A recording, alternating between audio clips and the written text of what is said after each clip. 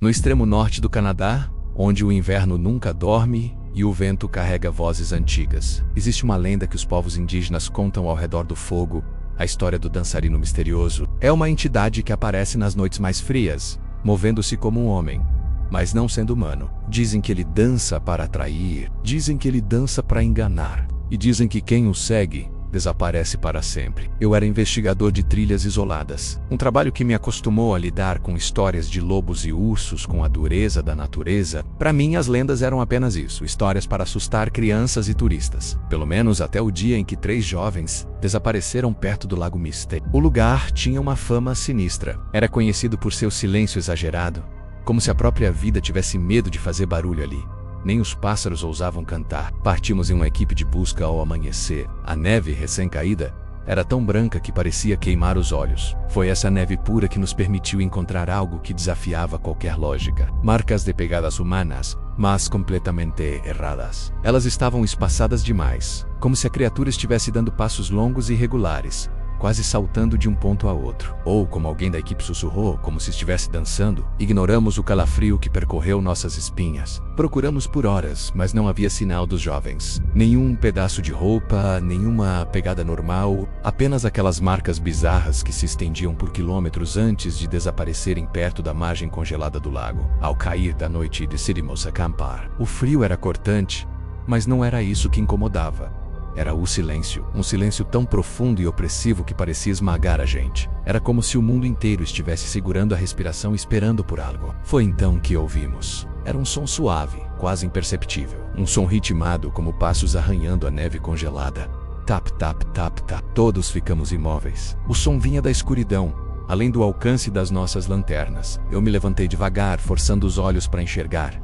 E foi quando ouvi. No limite da penumbra, recortada contra o branco infinito, estava uma silhueta. Era esguia e alta demais para ser humana. Ela se movia com uma elegância assustadora. Seus braços eram longos e tortos, e os joelhos dobravam para trás, como os de um pássaro. A criatura realizava uma dança fluida, lenta, quase hipnótica. Mas cada gesto, cada movimento parecia uma ameaça velada, um convite para o horror. O ritmo dos passos continuava. De repente a figura parou e virou o rosto na nossa direção. Mas não havia rosto. Era apenas um vazio branco e liso, sem olhos, sem nariz, sem boca. E mesmo assim, de alguma forma inexplicável, eu senti que aquilo sorria para nós.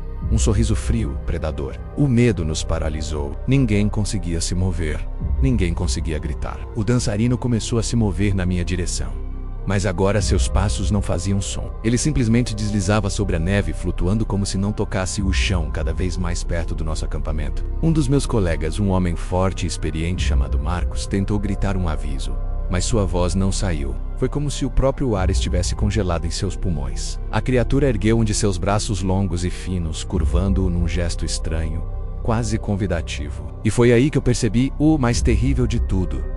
Ele estava imitando movimentos humanos. Ele nos observava e aprendia, copiando nossos gestos como uma criança aprende a andar, mas com uma intenção maligna. Nesse exato momento, um vento forte soprou do nada, sacudindo as árvores e fazendo nossas lanternas balançarem descontroladamente.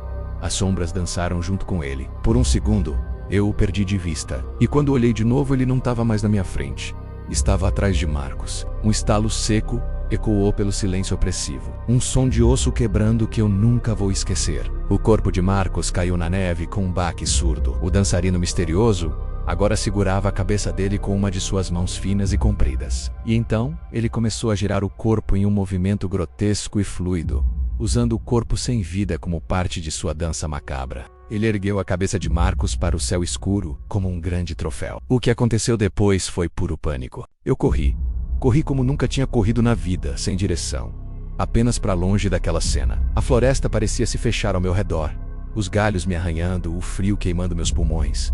Mas eu não parei. Atrás de mim, eu ouvia o som dos passos ritmados cada vez mais rápido, me seguindo. O som estava na minha cabeça e no meu sangue, em todos os lugares. Não sei como escapei.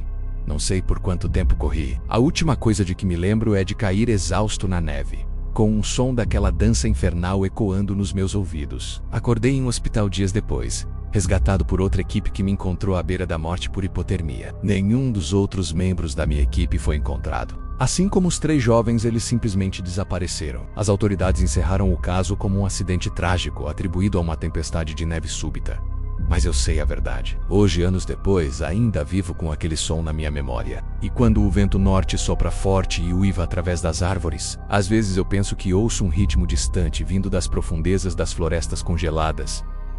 O som de passos na neve, e eu rezo para que ele ainda esteja dançando sozinho, e rezo para que ele não aprenda um novo passo. Obrigado por assistir. Se você gosta de histórias como essa, não se esqueça de se inscrever e ativar as notificações para não perder nenhum vídeo. Até a próxima!